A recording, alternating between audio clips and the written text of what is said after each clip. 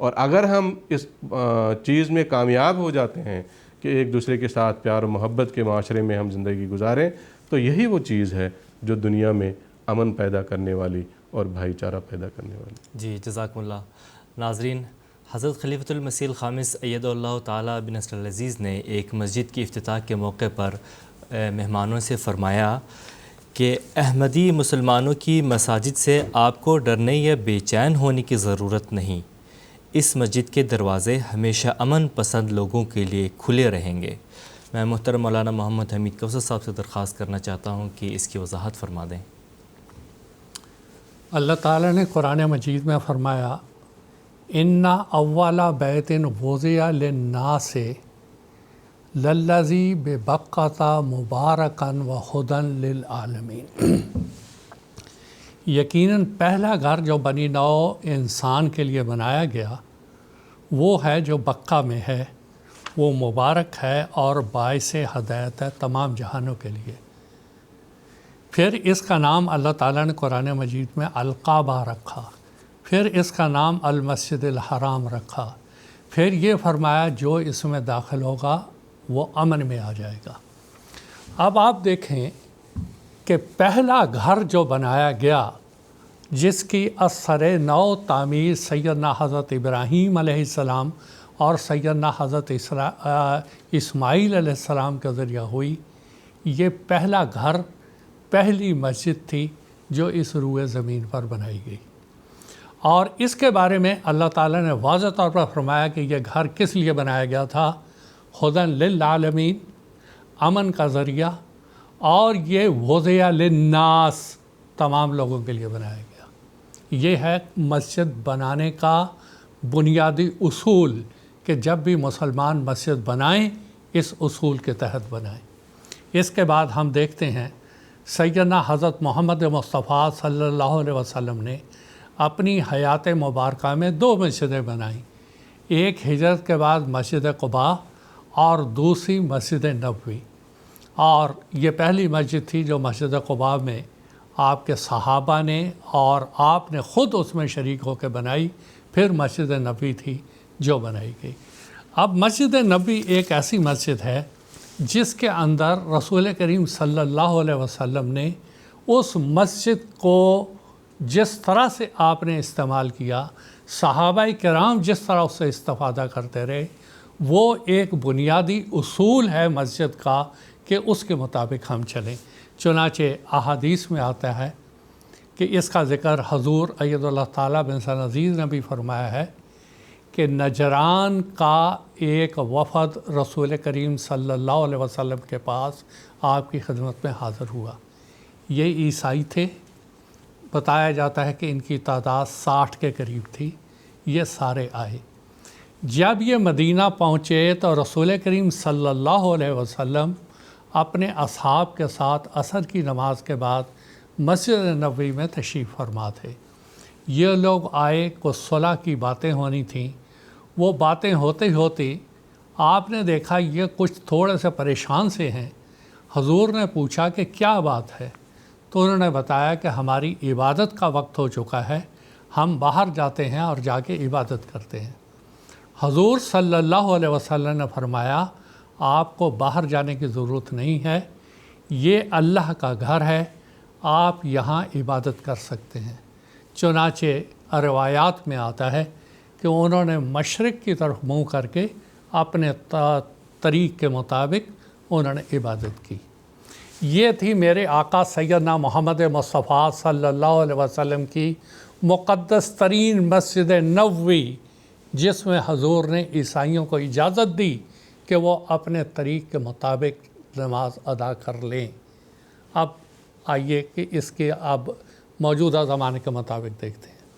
سیدنا حضرت محمد مصطفیٰ صلی اللہ علیہ وسلم نے عصر حاضر کے مسلمانوں کے لیے بعض انذاری پیشگوئیاں فرمائی تھیں، اور یہ انذاری پیشگوئیاں اس لیے تھیں کہ اگر مسلمان توبہ استغفار کریں تو اللہ تعالیٰ انذاری پیشگوئیوں کو ٹلا دیا کرتا ہے۔ ان پیشگوئیوں میں حضور صلی اللہ علیہ وسلم نے فرمایا یاتی علی الناس زمان لا یبقى من الاسلام الا اسمہ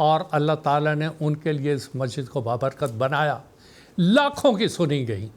انہوں نے کہا کہ ہم نے دعائیں کیں اور اللہ تعالیٰ نے ہماری سنی۔ یہی حال مسجد اقصیٰ ہے۔ مسجد اقصیٰ کا منارۃ المسیح لوگوں کے لیے امن ہے۔ خود میں نے سنا یہاں پر جو ہمارے ہمسایہ ہندو اور سکھ بھائی ہیں، جب بھی کوئی مشکل پیش آتی ہے وہ کہتے ہیں ہم اللہ تعالیٰ سے امید رکھتے ہیں کہ اللہ تعالیٰ اس مساجد اور اس منارۃ المسیح کی برکت سے اور مسیح کی اس نگری میں رہتے ہوئے اللہ تعالیٰ ہماری حفاظت کرے گا۔ تو مساجد، جماعت احمدیہ کی مساجد ہمیشہ ہی امن کا گہوارہ رہیں گی، جیسا کہ حضور اید اللہ تعالیٰ بن سعدی نے فرمایا، اور یہ مسجدیں یہ آواز دیتی رہیں گی، آؤ لوگوں کہ یہیں نور خدا پاؤ گے، آؤ لوگوں کہ یہیں نور خدا پاؤ گے۔ لو تمہیں طور تسلی کا بتایا ہم نے۔ اگر تسلی چاہیے، اگر اطمینان چاہیے، اگر تسکین اطمینان قلب چاہیے تو ان مسجدوں کی طرف آؤ، اور جیسا حضور نے فرمایا یہی ہے جو تمہیں اطمینان عطا کریں گی، تسکین عطا کریں گی۔ یہ ہے جماعت احمدیہ کی مسجدوں کے شان، اور یہ مسجدیں ہیں ذل خانہ کعبہ کا، مسجد قباء کا، مسجد نبوی کا، مسجد مبارک کا اور مسجد اقصیٰ کا۔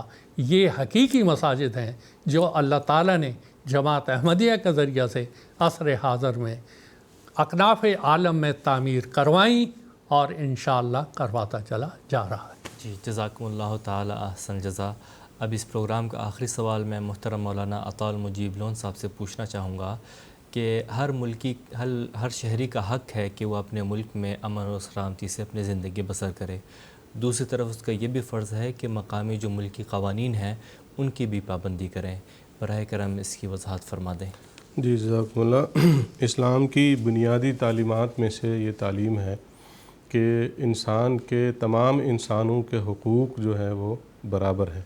ایسا نہیں ہے کہ کسی کے حقوق کم ہیں یا کسی کے حقوق زیادہ ہیں۔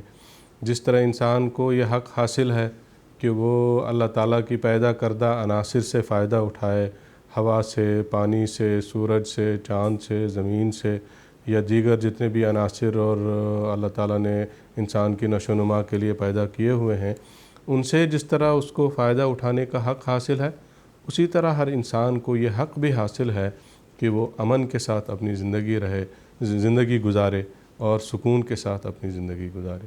اللہ تعالیٰ نے اپنے آپ کو رب العالمین کے طور پر پیش فرمایا ہے۔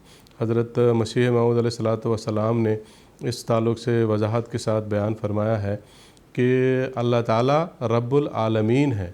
اس نے جتنے بھی عناصر پیدا کیے ہیں اس میں تمام کے تمام لوگ جو دنیا میں بستے ہیں، چاہے ہندو ہیں، مسلمان ہیں، سکھ ہیں، عیسائی ہیں، مشرک ہیں، دہریہ ہیں، جتنے بھی لوگ ہیں وہ برابر کے شریک ہیں، برابر کا حق حاصل ہے ان کو کہ وہ ان سے فائدہ اٹھائیں۔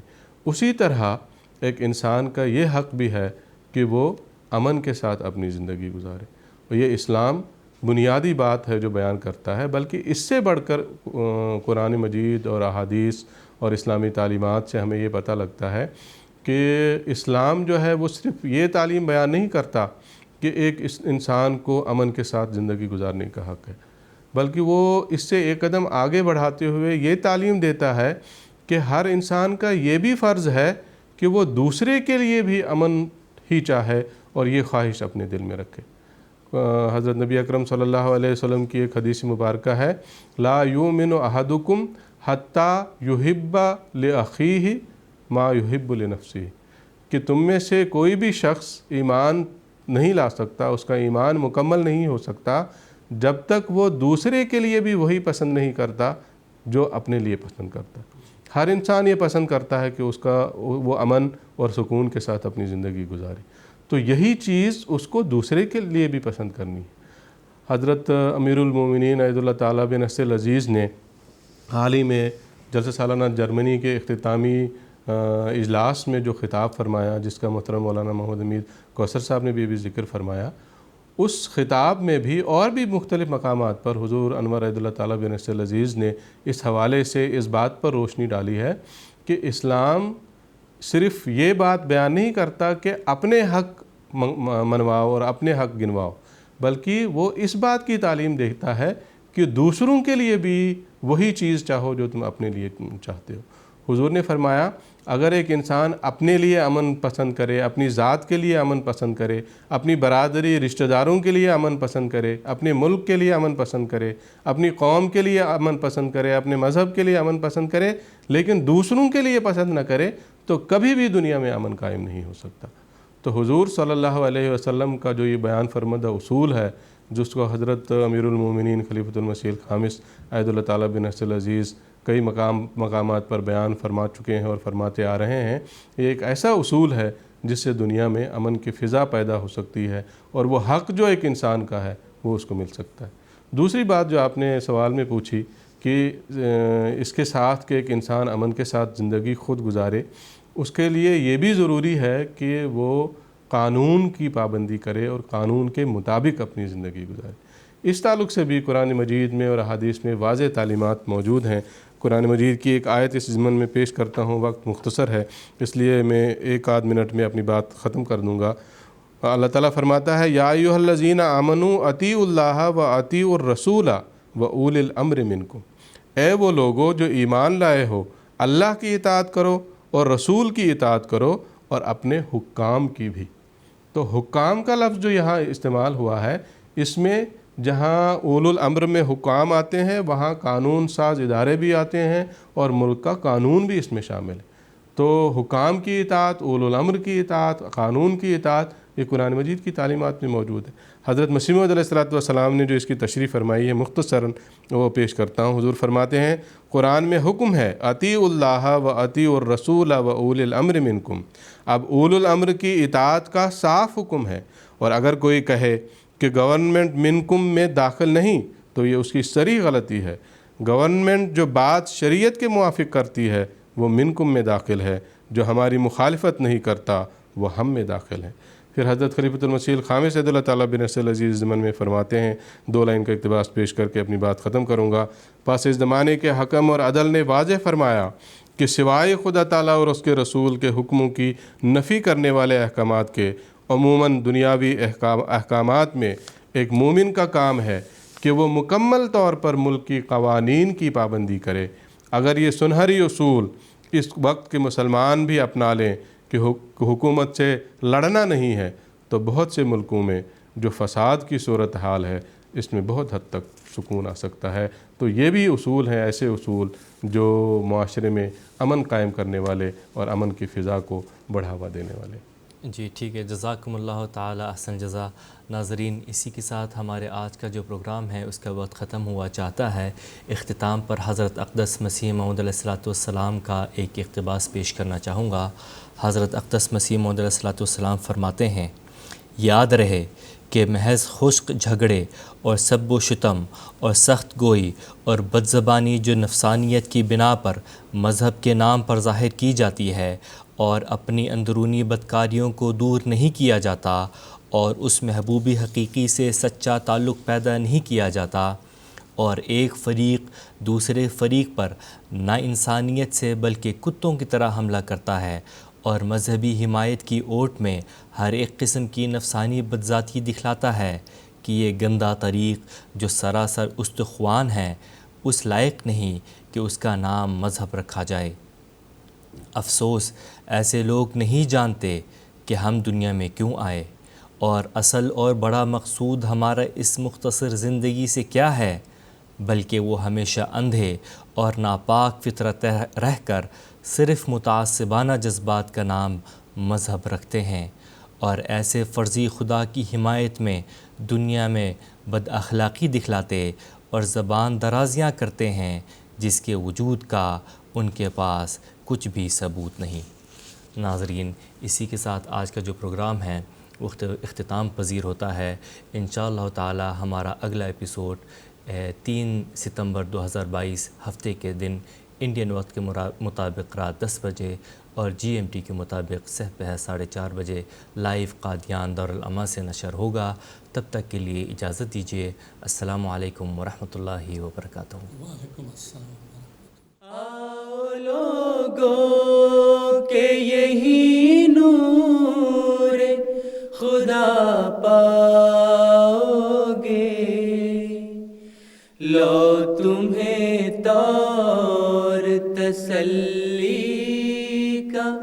بتایا